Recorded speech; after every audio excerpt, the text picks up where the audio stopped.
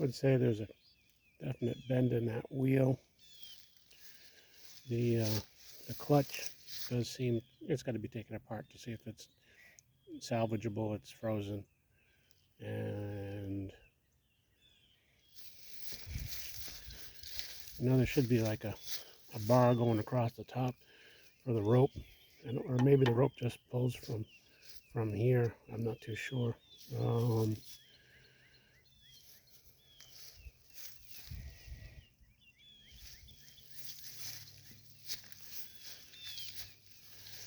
I'd say quite possibly it's just yard art unless somebody wants to do a lot of work. These clamps are rusted and cracked.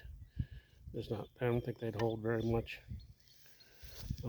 Definitely the spring here is broken.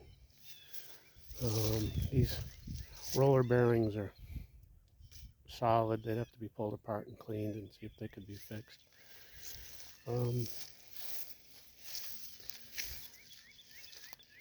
I'd say you got